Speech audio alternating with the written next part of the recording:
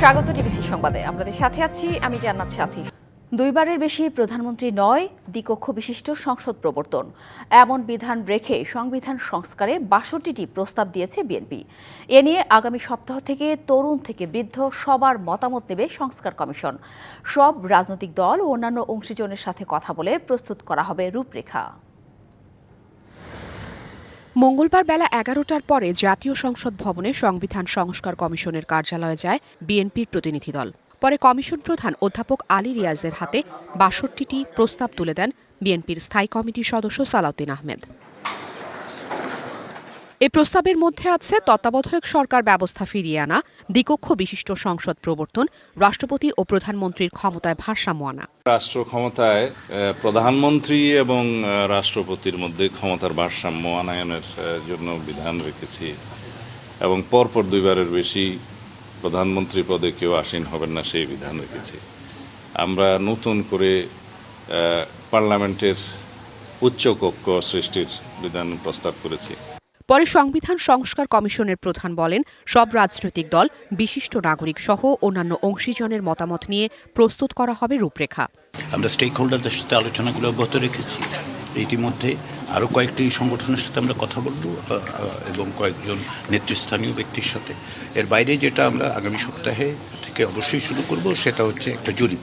তো আমরা আশা করছি যে আমরা নির্ধারিত সময়ের মধ্যে আমাদের সুপারিশগুলো দিতে পারব। আর এ বিষয়ে আগামী সপ্তাহ থেকে জনমত নেওয়া শুরু করবে সংবিধান সংস্কার কমিশন। এবং কাদের সাথে আমরা কথা বলছি। Afrin Anwar, DBC news, Dhaka. দামি নয়, রাজনৈতিক প্রভাবমুক্ত নির্বাচন দেখতে চান শিক্ষার্থীরা। আর মনোনয়ন বাণিজ্য বন্ধে নির্বাচন ব্যবস্থা সংস্কার কমিশনের কাছে সুপারিশ করেছেন তারা। আর নির্বাচন ব্যবস্থা সংস্কার কমিশন প্রধান ডক্টর বদিউল আলম মজুমদার বলেন, জুলাই আগস্টে নিহতদের রক্তের সাথে বেইমানি করা যাবে না। একটি গ্রহণযোগ্য নির্বাচন করতে নতুন কমিশনকে অবগত করা হবে। আগামী নির্বাচন ভোটের আয়োজন কেমন হবে এ নিয়ে ইস্ট ওয়েস্ট ইউনিভার্সিটির শিক্ষার্থীদের সাথে তাদের ক্যাম্পাসে মতবিনিময়ের উদ্যোগ নেয় নির্বাচন ব্যবস্থা সংস্কার কমিশন। আয়োজনে শিক্ষার্থীরা খোলা মনে তুলে ধরেন সুপারিশ, বাধাহীন নির্বাচন দেখতে চান তারা। আপনারা এমন সিদ্ধান্ত নেবেন যেন আগামী নির্বাচনটা আসলে নির্বাচনের মাধ্যমে স্বচ্ছতা এবং জবাবদিহিতা নিশ্চিত হয় এবং বাংলাদেশে সুশাসন প্রতিষ্ঠিত হয়। দলের সভানেত্রী সে যদি প্রধানমন্ত্রী হয় তাহলে কি হবে? সে কিন্তু ওই দল নিয়ে একই সাথে চিন্তা করতে হইতেছে, তার কিন্তু দেশ নিয়ে চিন্তা করার মতো সময়টা খুবই কম।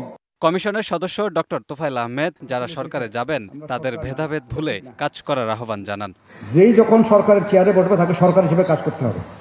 সরকার হিসেবে কাজ না করলে দেশ শাসন করা সম্ভব নয়। আমরা ফ্যাসিস্ট সত্তা থেকে মুক্ত হয়ে গণতান্ত্রিক সত্তাটাকে কিভাবে বিকাশ করব সেটা আন্দোলনের ভিতরেও থাকতে হবে, কিন্তু আন্দোলনকারীদের ভিতরেও থাকতে হবে এবং আন্দোলনকারীরা যাদেরকে প্রমোট করবেন কাজ করার জন্য তাদের পক্ষে তাদের মধ্যেও থাকতে হবে।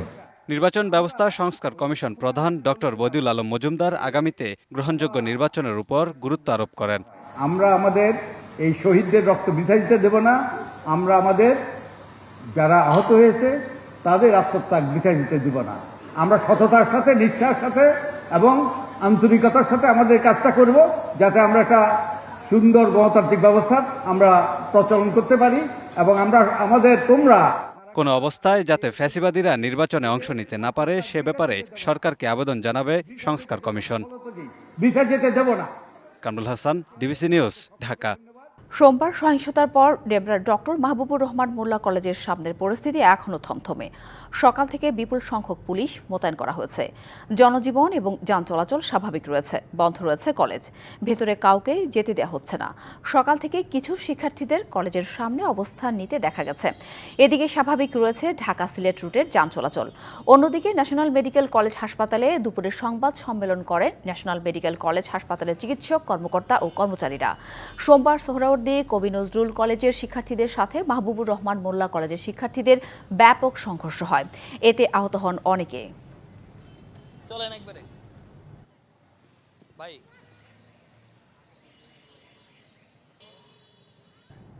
শিক্ষার্থীদের বিরুদ্ধে কঠোর হতে চায় না সরকার। কলেজের সমস্যা আলোচনা করে সমাধান করতে হবে বলে জানান স্বরাষ্ট্র উপদেষ্টা অবসরপ্রাপ্ত লেফটেন্যান্ট জেনারেল জাহাঙ্গীর আলম চৌধুরী। দুপুরে সুনামগঞ্জের তাহিরপুরে মাটিয়ান হাওর পরিদর্শনে গিয়ে এসব কথা বলেন তিনি। সড়ক অবরোধ করে জনভোগান্তি সৃষ্টি না করার আহ্বান জানিয়ে উপদেষ্টা বলেন, কেউ রাস্তায় নামার প্রয়োজন নেই। রাস্তা ব্লক না করে সোহরাওয়ার্দী উদ্যানে এসেও দাবি জানাতে পারেন শিক্ষার্থীরা। শিক্ষার্থীদের প্রতিনিধিরা বসে সমস্যা নিয়ে আলাপ করতে পারেন।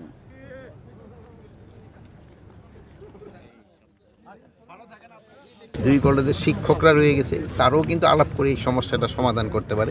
আবার কঠোর হলে আপনারাই বলবেন যে এরা কোন ইসের আসলো, এই আগের মতোই হয়ে গেছে। আপনারা কি চান যে আমরা এখানে লেথাল ওয়েপন ইউজ করবো? আমরা তো চাচ্ছি না কোনো অবস্থায় আমার ছাত্র ভাইয়ের উপরে কোনো ধরনের লেথাল ওয়েপন ইউজ করবো। আমরা চাচ্ছি যে আলোচনার মাধ্যমে যদি সমস্যাটা সমাধান হয় ওটা ভালো, শান্তিপূর্ণভাবে সমাধান। এইগুলি লোকজনেও কিন্তু পছন্দ করতেছে না, আমাদেরও কিন্তু অনেক ক্ষতি হয়, জনগণেরও খুব ক্ষতি হয়।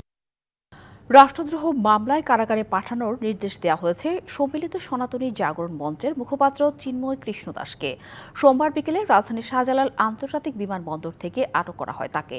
পরে চট্টগ্রামে নিউ মার্কেট মোড়ে স্বাধীনতা স্তম্ভে জাতীয় পতাকা অবমাননার অভিযোগে করা মামলায় গ্রেপ্তার দেখিয়ে আজ চট্টগ্রাম আদালতে তোলা হলে জামিন নামঞ্জুর করে কারাগারে পাঠানোর নির্দেশ দেওয়া হয়।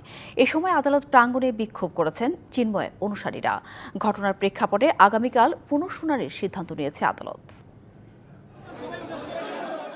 মঙ্গলবার বেলা 11:15টার দিকে চট্টগ্রাম ৬ষ্ঠ মহানগর ম্যাজিস্ট্রেটের বিচারক কাজী শরীফুল ইসলামের আদালতে হাজির করা হয় রাষ্ট্রদ্রোহ মামলায় অভিযুক্ত সম্মিলিত সনাতনী জাগরণ মঞ্চের মুখপাত্র চিন্ময় কৃষ্ণ দাসকে। পরে শুনানি শেষে আদালত জামিন নামঞ্জুর করে কারাগারে পাঠানোর আদেশ দেয়। এর পরপরই আদালত পাড়ায় উত্তেজনা ছড়িয়ে পড়ে। এ সময় প্রিজন ভ্যান আটকে চিন্ময় কৃষ্ণ দাসের মুক্তি চেয়ে হাজারো ভক্ত স্লোগান দিতে থাকে। আইনজীবী জানান, মামলাটি উদ্দেশ্যপ্রণোদিত। পরবর্তী জামিন শুনানির জন্য দ্রুতই আইনি পদক্ষেপ নেওয়া হবে। আমরা আমাদের আইনগত শুনানিতে বলেছি যে এই মামলাটা আসলে আইনগত ত্রুটির কারণে এই মামলাটা চলে না, এবং এই চিন্ময় প্রভু কোনো ধরনের রাষ্ট্রবিরোধী কাজের সাথে সম্পৃক্ত নয়, এবং ওনার পিসিপিআরে কোনো ধরনের এই ধরনের কোনো কর্মকাণ্ডের কোনো ইতিহাস নেই। আদালত সত্যদৃত বিবেচনায় আমাদের জামিনের দরখাস্তটা নামঞ্জুর করেছে। তো এই পর্যায়ে আমরা পরবর্তী পদক্ষেপ গ্রহণ করার জন্য আইনগত প্রস্তুতি নিচ্ছি। এর আগে বাংলাদেশ সনাতন জাগরণ মঞ্চ গত 25শে অক্টোবর চট্টগ্রামে সমাবেশ করে। সেই সমাবেশের পরই চট্টগ্রামের নিউ মার্কেট মোড়ে স্বাধীনতা স্তম্ভে জাতীয় পতাকা অবমাননার অভিযোগে চিন্ময় কৃষ্ণ দাসের বিরুদ্ধে জাতীয় পতাকা অবমাননার অভিযোগ এনে মামলা করেন বিএনপির বহিষ্কৃত নেতা ফিরোজ খান। পরে সোমবার বিকেলে ঢাকা থেকে চট্টগ্রাম যাওয়ার সময় শাহজালাল বিমানবন্দর থেকে চিন্ময় কৃষ্ণ দাসকে গ্রেপ্তার করে ডিবি পুলিশ। পরে তাকে চট্টগ্রাম মেট্রোপলিটন পুলিশের কাছে হস্তান্তর করা হয়।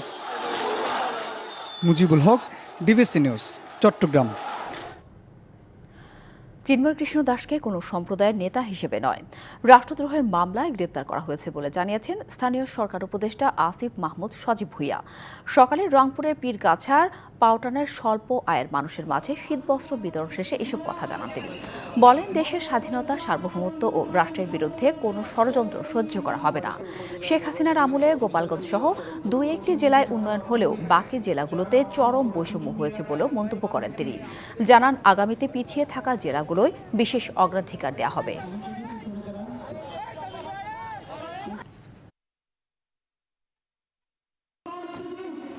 একটা গ্রেফতারের ঘটনাকে কেন্দ্র করে এখন অস্থিতিশীল পরিস্থিতি তৈরির চেষ্টা করা হচ্ছে। আমরা স্পষ্টভাবে বলতে চাই, কেউ যদি রাষ্ট্রদ্রোহের মতো ঘটনায় যুক্ত থাকে, সে যেই হোক, যত বড় নেতাই হোক, তাকে কোনো প্রকার ছাড় দেওয়া হবে না। এটা সম্প্রদায় বিবেচনায় নয়, এটা রাষ্ট্রের বিবেচনায়, রাষ্ট্রের নিরাপত্তা বিবেচনায় আইন শৃঙ্খলা বাহিনী এই ব্যবস্থা গ্রহণ করবে। গণমাধ্যমের স্বাধীনতা নিশ্চিতে কাজ করছে সরকার, জানিয়েছেন তথ্য সম্প্রচার উপদেষ্টা নাহিদ ইসলাম। তিনি জানান, এই সরকারের সময়ে সাংবাদিক দম্পতি সাগর রুনি হত্যার বিচার নিশ্চিত করা হবে। সকালে সচিবালয়ে ঢাকা রিপোর্টার্স ইউনিটের নেতাদের সাথে সাক্ষাৎ শেষে এসব কথা বলেন তিনি। ন্যূনতম যে গণতান্ত্রিকতা রাখতে হয় সেইটাও আসলে ছিল। ফলে মানুষের মিডিয়ার থেকে কিন্তু সেই যে ট্রাস্ট, মিডিয়া তো একটা ট্রাস্টের জায়গা, সেই ট্রাস্টের জায়গায় কিন্তু অনেকখানি কমে গেছে। বিগত সময়ে বিগত সরকারের যেইভাবে একটা দোসর শ্রেণী তৈরি হয়েছিল, আসলে এইটা আসলে অকল্পনীয়। তারা দলীয় কর্মীর থেকেও আরো বেশি অনুগত হিসেবে কাজ করছে, এরকম সাংবাদিক কিন্তু প্রচুর। ডিবিসি সংবাদে নিচ্ছে একটি বিরতির সঙ্গেই থাকুন। স্বাগত আরেকবার ডিবিসি সংবাদে। বাংলাদেশে মুক্ত ও স্বাধীন গণমাধ্যম তৈরির জন্য আগে সাংবাদিকদের স্বাধীনতা নিশ্চিত করতে হবে। রাজধানীর পিআইবিতে মিডিয়া সাপোর্ট নেটওয়ার্ক আয়োজিত সংবাদ মাধ্যমের সংস্কার কেন কিভাবে এই শিরোনামের এক সিম্পোজিয়ামে এই কথা বলেন বক্তারা। অনুষ্ঠানে বিভিন্ন পর্যায়ের সাংবাদিক এবং সংশ্লিষ্টরা তাদের মতামত তুলে ধরেন। বক্তারা বলেন, সাংবাদিকদের সুযোগ সুবিধা না বাড়লে এই পেশা স্বাধীন হবে না। সাংবাদিকতার উপর সরকারি নিয়ন্ত্রণ কমাতে হবে উল্লেখ করে বক্তারা মালিকপক্ষের মতো চাপিয়ে দেওয়ারও বন্ধের আহ্বান জানান। বাংলাদেশের সাংবাদিকতা কেন পুরোপুরি পেশা হয়ে উঠতে পারেনি এই বিষয়ে মত দেন বক্তারা। বক্তারা ওয়েস বোর্ড চালুর মত দেন, পাশাপাশি দক্ষ পেশাদার সাংবাদিক তৈরির কথা বলেন অনেকে। গণমাধ্যমকে দলীয় মতাদর্শ থেকে মুক্ত রাখার জন্য কাজ করার আহ্বান জানান বক্তারা। সিম্পোজিয়ামে গণমাধ্যম সংস্কার নিয়ে নানা বিষয়ে লিখিত মতামত তুলে ধরেন বক্তারা। ভালো সাবজেক্ট যদি তৈরি না হয়, ভালো নিউজ এডিটর তৈরি হবে না। ভালো সাবজেক্ট যদি তৈরি না হয়, ভালো নিউজ এডিটর যেমন তৈরি হবে না, কালকের প্রিন্ট মিডিয়ায় ভালো হেডলাইন তৈরি হবে না।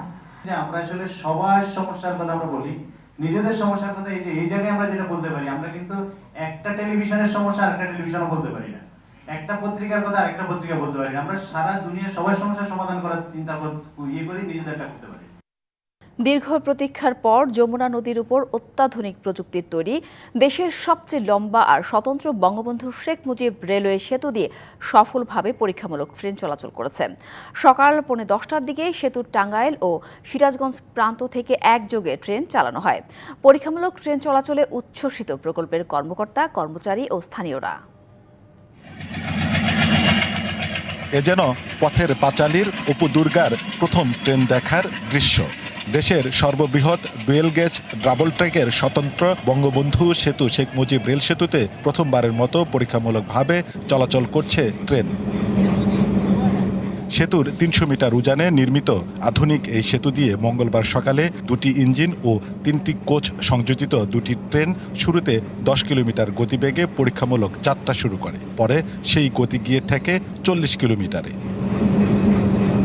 পরীক্ষামূলক ট্রেন চলাচলে উচ্ছ্বসিত প্রকল্পে কর্মরত কর্মকর্তা ও কর্মচারীরা। দ্রুত সেতুর দুই পাশে ডাবল লাইনের কাজ শেষ করার তাগিদ দিয়েছেন স্থানীয়রা। দীর্ঘদিন কষ্ট করার পর কাঙ্ক্ষিত যে ফলাফলের দিকে আমরা এগোতে পেরেছি, এই জন্য আমরা খুবই আনন্দিত। সেতুর পরেই হচ্ছে সিঙ্গেল লেন। এই সিঙ্গেল লেনটা যদি দ্রুত ডাবল লেনে উন্নতি করা যায়, তাহলে মনে হয় যে উত্তর অঞ্চলের সাথে সারা দেশের একটা যোগাযোগ ব্যবস্থাটা আরও ভালো হবে। পরীক্ষামূলক ট্রেন চলাচলে কোনো ত্রুটি ধরা পড়েনি দাবি প্রকল্প সংশ্লিষ্টদের। ভাইব্রেশনটা মেজারমেন্ট করছি, সেখানে আমাদের রেজাল্ট খুবই ভালো। তো সেই দিক দিয়ে এই রেল লাইন খুবই ভালো মানের হয়েছে। এটি যথাযথ গুণাগুণ অক্ষুণ্ণ রেখেই সম্পন্ন হয়েছে, সুতরাং এটি আমাদের টাইম টেবিলে অনেক বড় একটি পজিটিভ ইম্প্যাক্ট আমরা পাবো। সবকিছু ঠিকঠাক থাকলে 2025 সালের জানুয়ারির দ্বিতীয় সপ্তাহ থেকে আনুষ্ঠানিকভাবে ট্রেন চলাচলের কথা জানিয়েছেন প্রকল্প পরিচালক। Government inspector of Bangladesh railway আছে, তার একটা অনুমোদন দরকার কমার্শিয়াল ট্রেন অপারেশনের জন্য। প্রক্রিয়া সম্পন্ন করতে আসলে ডিসেম্বরের শেষ নাগাদ লেগে যাবে। জানুয়ারির দ্বিতীয় উইকে এটা উদ্বোধনের জন্য প্রস্তুত আছি আর কি। 2020 সালের নভেম্বর মাসে 4.8 কিলোমিটার রেল সেতুটির ভিত্তিপ্রস্তর স্থাপন করা হয়। মোট ব্যয় ধরা হয় 16,780.96 কোটি টাকা, যার 12,149.2 কোটি টাকা ঋণ দেয় JICA. Sohel Talukdar, DBC news, Tangail. বকেয়া পাওনার দাবিতে আশুলিয়ার নবীনগর চন্দ্রা মহাসড়ক অবরোধ করে বিক্ষোভ করছেন 4 বছর আগে বন্ধ হয়ে যাওয়া ঢাকা ইপিজেডের লেনি ফ্যাশনের শ্রমিকরা। সকাল থেকে ঢাকা ইপিজেডের সামনে নবীনগর চন্দ্রা মহাসড়কে তারা এই অবরোধ কর্মসূচি শুরু করে। শ্রমিকরা জানান, কারখানাটিতে 7,000-এর বেশি শ্রমিক কাজ করতেন। করোনাকালীন সময়ে নানা সংকটের কারণে বন্ধ হয়ে যায় প্রতিষ্ঠানটি। তবে এখন পর্যন্ত শ্রমিকদের সার্ভিস বেনিফিট, প্রভিডেন্ট ফান্ড সহ অন্যান্য পাওনা পরিশোধ করা হয়নি। কয়েক দফা সময় নিয়েও বেবজা কর্তৃপক্ষ পাওনা পরিশোধ না করায় আজ সড়ক অবরোধ করেন তারা। দ্রুত সময়ের মধ্যে পাওনা পরিশোধের দাবি জানান শ্রমিকরা। শিল্প পুলিশ জানিয়েছে, কর্তৃপক্ষ ও শ্রমিকদের সাথে কথা বলে বিষয়টি সমাধানের চেষ্টা চলছে।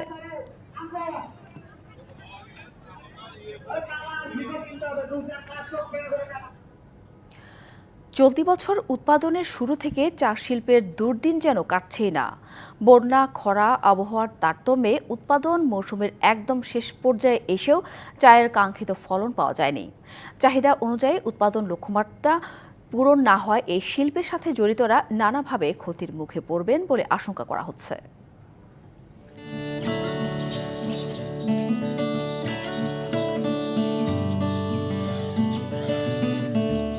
প্রকৃতির সবুজ চাদরে মোড়ানো ১৫০ বছরের ইতিহাস ও ঐতিহ্যের অংশ চা বাগান। দেশে ১৬৮টি চা বাগানের মধ্যে ৯২টি অবস্থিত মৌলভীবাজার জেলায়। চা বাগান ও চা শিল্পের সঙ্গে জড়িত কয়েক লাখ মানুষ। এবার চায়ের ভালো ফলনের আশা করা হলেও বাস্তবে দেখা গেছে উল্টো চিত্র। অতিবৃষ্টি, বন্যা এবং প্রচণ্ড গরমে চা উৎপাদনে ভাটা পড়ে।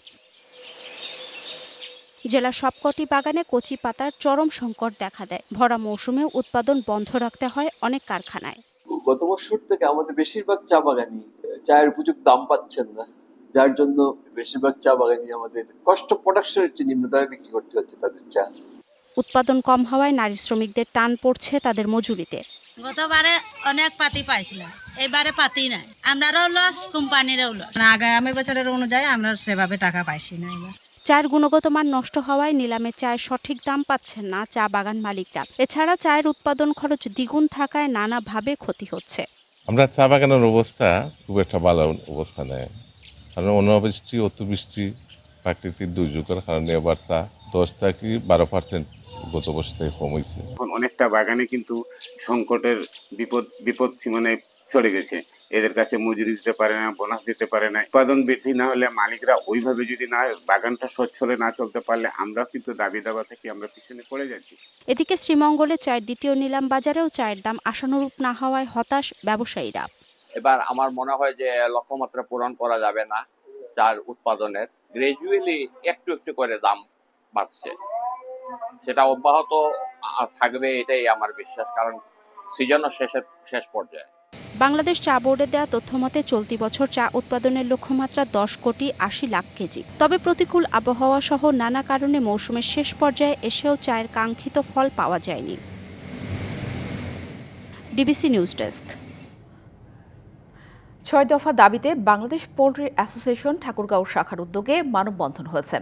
খামারিদের দাবি, বাজারের সিন্ডিকেট এবং কন্ট্রাক্ট ফার্মিং সিস্টেম তাদের জন্য সবচেয়ে বড় চ্যালেঞ্জ। গত কয়েক মাসে মুরগির বাচ্চার দাম 20 থেকে 25 টাকা থেকে বেড়ে দাঁড়িয়েছে 62 থেকে 68 টাকায়। ফিডের দামও লাফিয়ে লাফিয়ে বাড়ছে। এসবের কারণে উৎপাদন খরচ বাড়লেও প্রান্তিক খামারিরা তাদের উৎপাদিত পণ্যের ন্যায্য মূল্য পাচ্ছেন না। জেলার প্রায় 955টি খামারের মধ্যে 300টি খামার ইতিমধ্যে বন্ধ হয়ে গেছে। বেকার হয়ে পড়েছেন প্রায় 800 মানুষ।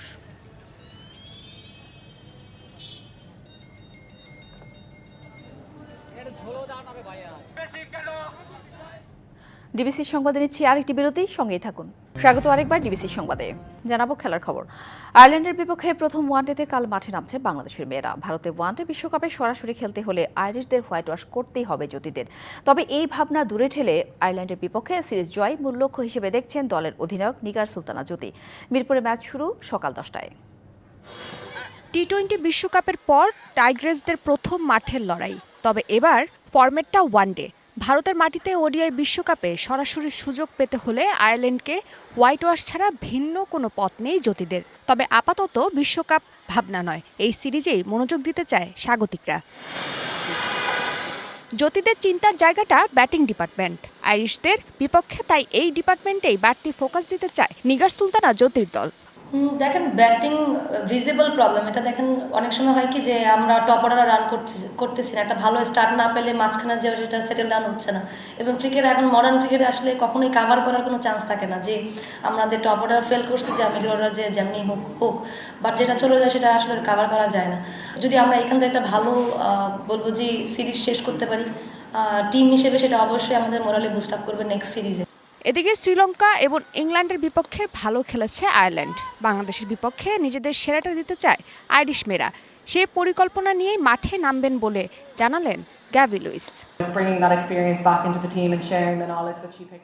শ্রীলঙ্কা আর ইংল্যান্ডের পর বাংলাদেশের বিপক্ষেও নিজেদের সেরাটাই খেলতে চাই আমরা, সে পরিকল্পনা নিয়েই মাঠে নামছি। ওয়ানডে সিরিজের সবগুলো ম্যাচই হবে মিরপুরে। ওয়ানডে শেষে সিলেটে হবে 3 ম্যাচের টি20 সিরিজ। ফারজানা জাহান প্রিয়া, ডিবিসি নিউজ। সংবাদ এই ছিল এখনকার মতো। ডিবিসি নিউজের সঙ্গেই থাকুন।